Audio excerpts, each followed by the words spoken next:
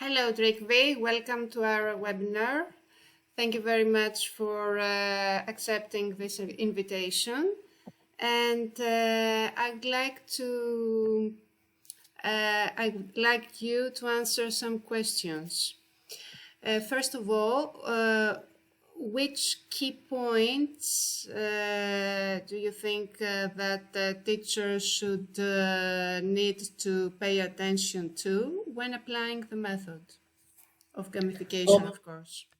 First, thanks for having me. And so gamification, especially when we're talking about gamifying learning, that it can be a tricky beast to handle, because we are essentially trying to take the learning that we're producing and the teaching and to inject it into an environment which is sort of separate from what the students would generally think of as their learning environment, because many of them are involved in gaming environments, but they don't necessarily connect the gaming environments and the learning environments. So we're taking the learning environment and we're trying to inject it into that gaming environment, which is not necessarily something that they would associate with learning. So we have to be very careful about how we do this and to really make sure that in the lessons that we gamify,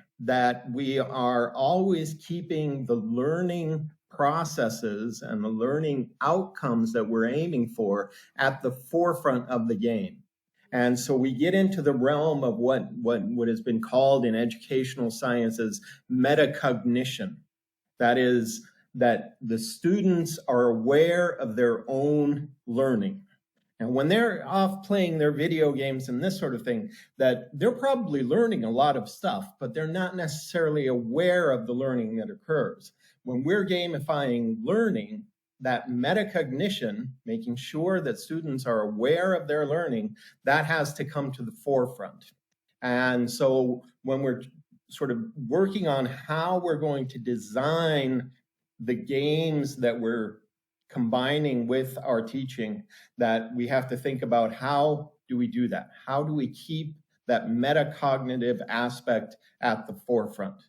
And there are, of course, various ways that we can do this, that combining, for example, the learning resources that we would use for teaching, finding ways to link them into the game environment so that students are always aware that, oh yes, that's right, I'm doing something for school, even though I'm having a lot of fun doing it.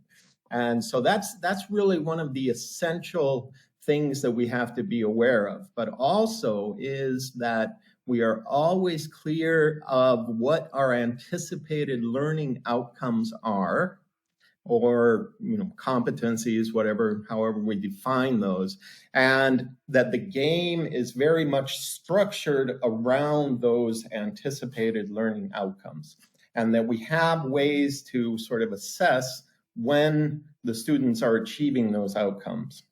That can be built into games, very sophisticated games, but in other ways that, if we're engaging students in, say, some sort of playful learning, gamified learning within the classroom, then the teacher can be sort of the person who keeps them focused on those learning outcomes and that sort of thing.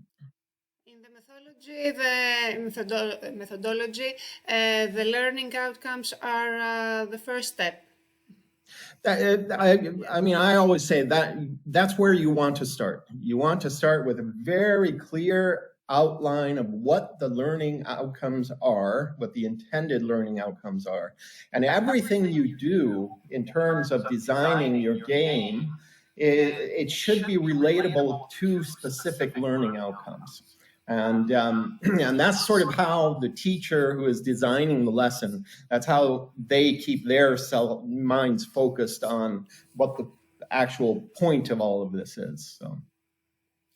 Okay, thank you very much. The second question would be, are there any difficulties that may arise when the teachers apply this methodology to their learning environments?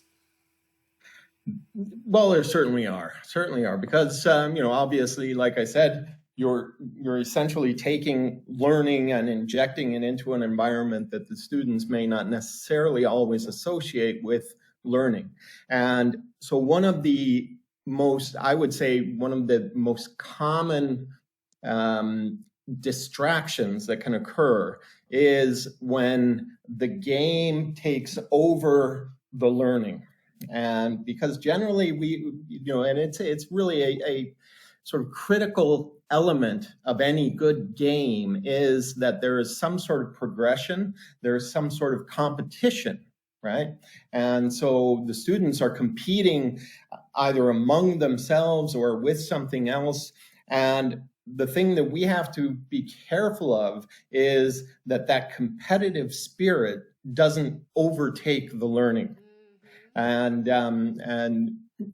that can be somewhat difficult to do because the student is engaged in this environment where, okay, if I get a point, then that is good for me. So I'm going to do everything that I can to get the next point, which could include then cheating or, doing something, finding some way around the actual learning part that we're really trying to emphasize.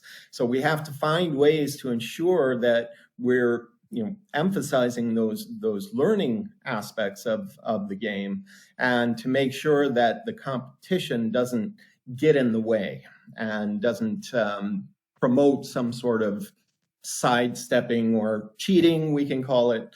And that's really probably one of the most common things that can go wrong in this sort of gamified lesson. So how do you think that these difficulties could be overcome? Well, I mean, it entirely depends on the lesson and the nature of the game. But one of the things, of course, is that in learning environments, competition is not necessarily always a good thing. And especially when we come to the parts where it involves the concept of winning or getting ahead. And so there are ways that we can design our games so that the student is more competing with themselves rather than others. And that sort of gets to that metacognitive part, that they're aware of their own learning and they realize that the only way to progress through the game is to learn what I'm intended to learn, to apply it in a special way, to show that I've learned what I've learned, and progress in that way. But like I say, I mean, there are others as well, and it's very common when I'm teaching this method and teaching about gamification that it's quite natural to people to think, okay, there's a winner at the end. But my question to them is always, does there have to be a winner? And usually there doesn't actually have to be a winner. And so it's getting around the thinking about what makes for a typical game, and looking for ways to use the opportunities for engagement, because that's why we gamify learning, because we want to achieve the level of engagement that young people display when they're playing games. We want to achieve that in learning. So that's really our key, is that engagement. And there are various ways of introducing engaging activities in game environments without necessarily going into ultra competitive modes that encourage some sort of cheating and that sort of thing. My game that I have talked to you 1 month ago was about dividing the students into groups, and they had their presentations along with the hats, the Bono hats they were wearing. So I have to come up with the idea of having a winner, and the idea was that the groups were evaluating the other groups, not themselves. And then we had these grades, and we had a clear winner. What do you think of it, of this aspect of? Well, I think, winning, of course, it's like I say, it is a critical aspect of gaming, and it is that carrot that you try to lure your students with, and it can be meaningful in that way. But in some instances, you can think about, okay, well, what constitutes winning? Is it having a bunch of points, or is it having the competence and the knowledge to inform others about what you have learned through the game? So you can do it in that way. And or even saying that, okay, if you get to a level that you can engage in some sort of critical conversation and this sort of thing, then we're all winners. Because you can end up with everyone being winners. It doesn't have to be a single winner. Yeah. Yes, but I insist, in the methodology says that there must be a clear winner. Well, ooh, touche, it does say that. But certainly you want, and it's like I say, this is sort of tricky because this is such an important part of the gaming. And actually, I'm not sure that we said that there needs to be a clear winner. There needs to be a clear end to the game, which may involve a winner, but I don't think it's necessary that there is a clear winner. But certainly, if we say that, I would sort of re-examine that. Okay. It's a methodology that is always sort of being evaluated. It's a learning process. But also, I was going to say I'll give also the feedback of my teachers that I'm going to have a webinar with. So I will tell you in a week. That would be very helpful. So my last question would be, I think we have discussed it, but let's make it more clear. The impact of the methodology on students. Have you experienced, you have used this methodology to your own students, which are university students? Yeah. I guess that you have a clear idea of the impact. For some reason, your sound is fading out. I didn't hear the end of your question. Sorry, I will repeat my question. I think that you have experienced this methodology with your own students, which are university students, and I'm wondering about the impact it had on them. So I would like you to share this information with us. Well, I mean, so it's like I said at the start, that the reason that we want to gamify our lessons is because we want to achieve that level in engagement that we see amongst people when they're playing a good game. And so the impact is first and foremost that engagement. If we see that our students are really actively engaged, then that is success. But that question comes up, well, engaged with what? And they can be engaged in a learning experience, or they can be engaged in a game. We want to see them engaged in the learning experience. And that comes down to the design. So that's really sort of the key impact that we want to look for, is that the students, as they progress through the game, that they are engaged in the learning activities and the learning process. And when that happens, when they get engaged at the level that we want to achieve, that we just see that the students achieve a much deeper learning, a much deeper understanding of the material that they're being taught about. And I can take an example. I did an exercise with my students, as you say, they're university students, but a little very short game that I did with them recently. We're learning about artificial intelligence, and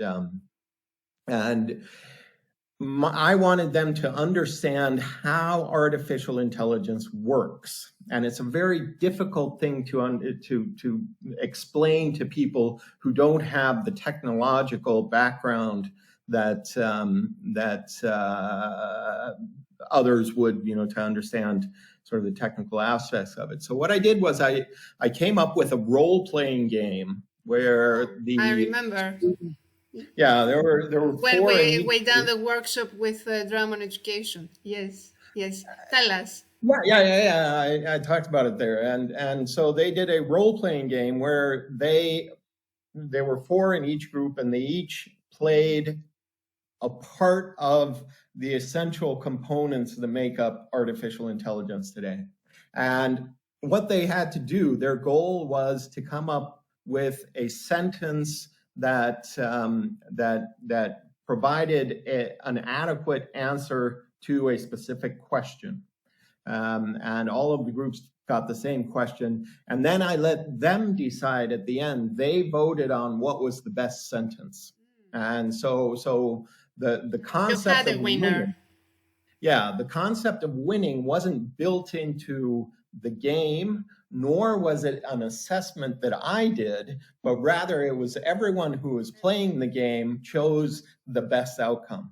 And my students have said to me after this that they just feel they have such a good understanding of how artificial intelligence actually works. And it's had such a huge impact on how they perceive what they can do with artificial intelligence. And this was a game. It only took about 20 minutes. But really without designing anything, you just came up. Yes, a very easy game, because you used the other methodology, Drama and Education. I combined them. Yes, you combined. But I certainly did have to design the lesson and decide how the gameplay worked and what roles would be involved and how they would progress through the activity. So there was certainly a lot of preparation on your mind, of course. Yeah. Well, I wrote it all up. So you wrote it, and I had to be able to share it with my students to say, this is what you're going to do. And there was a big preparation. I actually spent a fair amount of time on it because I also had to come up with a question that was ambiguous. It had to be a question that could be understood in many different ways. That was a key element of the game. And so I had to spend time on that and various other things. So I hope it wasn't misleading. No, I don't think so. It was an inconsequential question, but it was a tricky one. But like I say, the key point there, and what I was trying to do was to use the engagement that that sort of fun gameplay can promote, and that goal of trying to come up with the best answer, the answer that your other fellow students would feel was the best answer.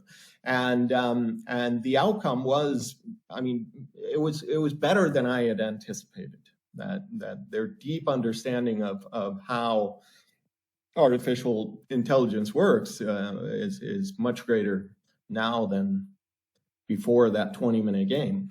Thank you very much, Tryggvi, for the time that you spent on us, and I'll certainly come back with the feedback of I look forward to the teachers of my directorate. Thank you very much.